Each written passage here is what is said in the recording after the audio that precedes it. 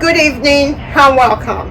We begin today's news wrap and update from the White House. Earlier today, President Biden signed an executive order establishing White House initiative on advancing educational equity, excellence, and economic opportunity through Hispanic Service Institution, also known as HSI. There will also a new $19 million investment. We also go towards research infrastructure at the HSI institution. This announcement, of course, built on the Biden-Harris administration continuing investment in minority population, minority group that have often been overlooked in the past. As we know, the president announced during the summer significant investment also in HSBCU historical,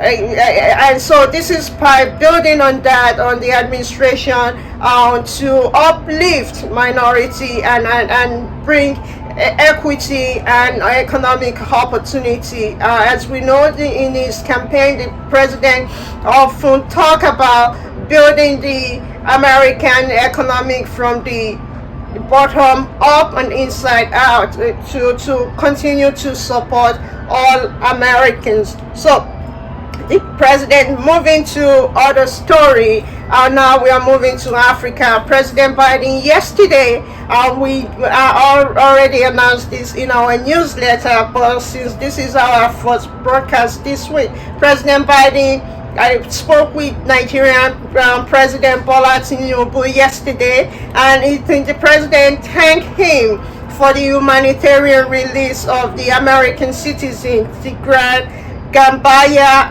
who was held in Nigeria since the summer, and the President Biden it was released last Thursday, and the National Security Advisor Jake Sullivan was involved in the effort, and he thanked his counterpart as well as the Nigerian government. So today, President Biden called President Tinubu also to thank him, and during their conversation, the President Biden also offered condolences for the life that were lost during the recent floods in Nigeria. The two leaders also used the opportunity to reaffirm the strengthening bilateral relationship between the U.S. and Nigeria, and also their effort in fighting terrorism in the region, in the West African region, as well as across the entire continent. President Tinubu also used the opportunity to urge President Biden to support Nigeria effort as he seeks to secure a permanent seat, one of the two African permanent seats that have just be endorsed. So the President Tinubu encouraged President Biden, asked President Biden to support Nigeria effort in securing that seat on the UN Security Council. So now, and last week also, the Prosper Africa, the U.S. flagship program, traveled to Lagos, Nigeria, where they held a workshop for apparel and textiles business to promote awareness of the AGOA program. AGOA program also is one of the U.S. trade and investment program that the country, and this is as we reported during the summer, that the AGOA program was held meeting were held in the U.S. where African leaders, ministers, and trade ministers traveled to Washington, D.C. And we spoke to some of the civil society and some of the beneficiary of this program. And so this is part of the administration as the program is up for renewal next year, and the Congress continue to work on it. So as more to bring awareness to this program, so African businesses can take advantage of the program. So as I said, that meeting, that event, the workshop took place in Lagos last week, and last week also there was a Lagos fashion event. So that event sort of complements what was going on to bring more awareness of the creativity and the opportunity for Nigerian businesses to be able to I have the opportunity to do business with American businesses. So now we are moving to Ghana. The U.S. State Department yesterday announced a new visa restriction against individuals that are responsible for undermining democracy in Ghana. This announcement, of course, comes as Ghana prepare for its election that will take place in December. So and now staying with Ghana, Honorable Charlene Ayoka Boktwe was elected the next Secretary General of the Commonwealth. Now, moving to another story that we are focusing on, Kenya. We reported that in Kenya, the J.P. Morgan chairman, Jamie Dimon, traveled to the continent earlier this month, and he met with Ghana. Kenya was one of the countries that he visited, as well as Lagos, where he met with the private sector in those countries to see opportunity that to continue to collaborate.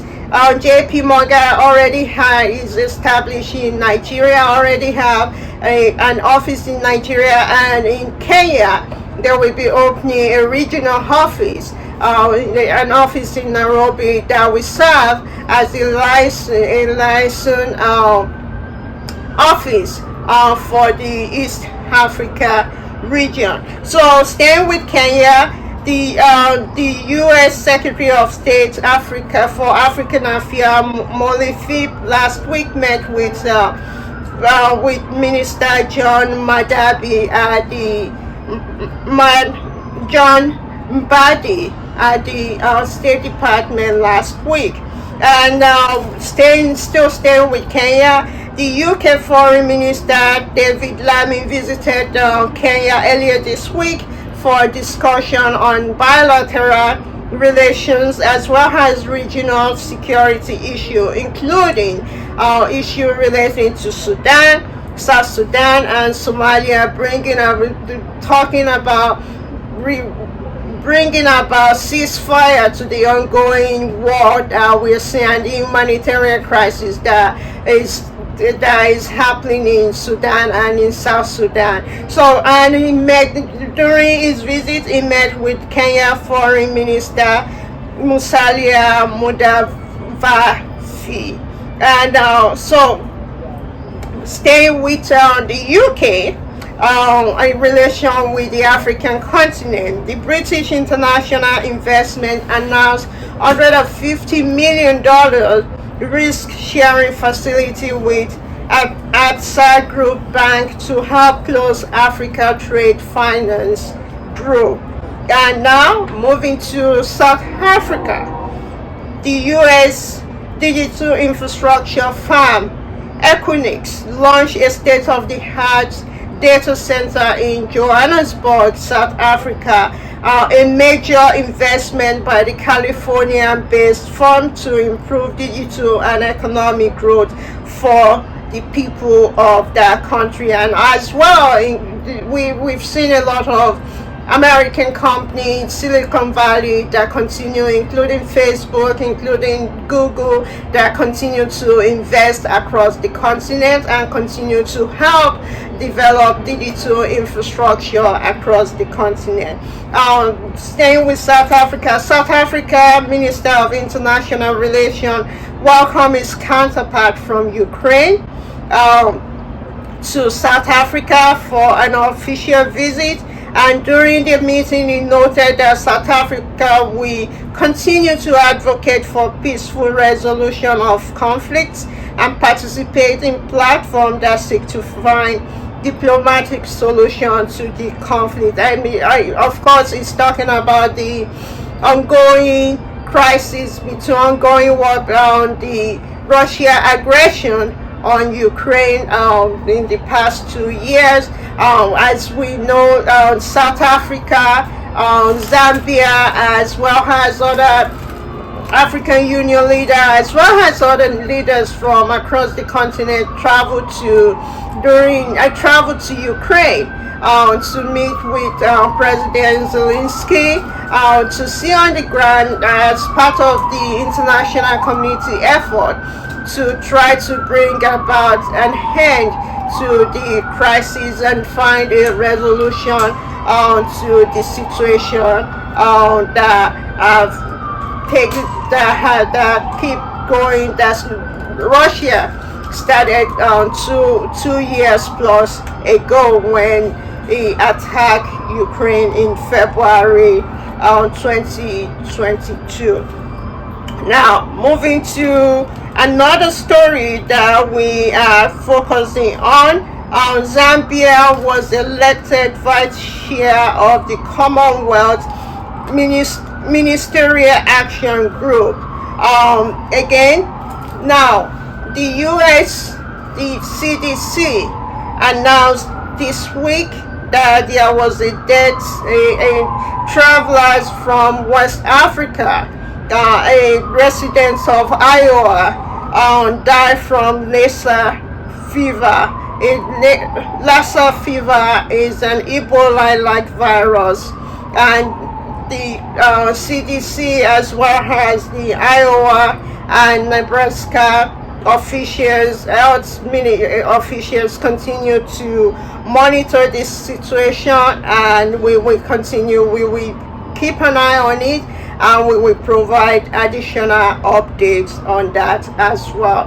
So this wrap up our news and updates for October 30 today. And lastly, before I go, today the White House, we just came from an event on the South Lawn. The President Biden and First Lady Dr. Jill Biden host people, families from the Washington DC, military connected family, as well as students from Washington DC on the South Lawn for a Halloween event. Halloween earlier today, the First Lady and an educator spent time with members from students, reading to them, and on the South Lawn this evening, the President, as I said, and the First Lady welcome people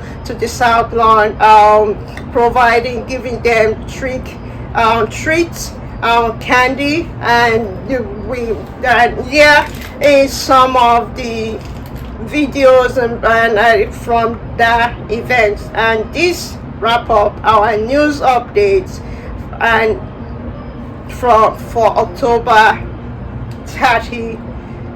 I will hope to see you tomorrow. I'm Kemi Oshikoya.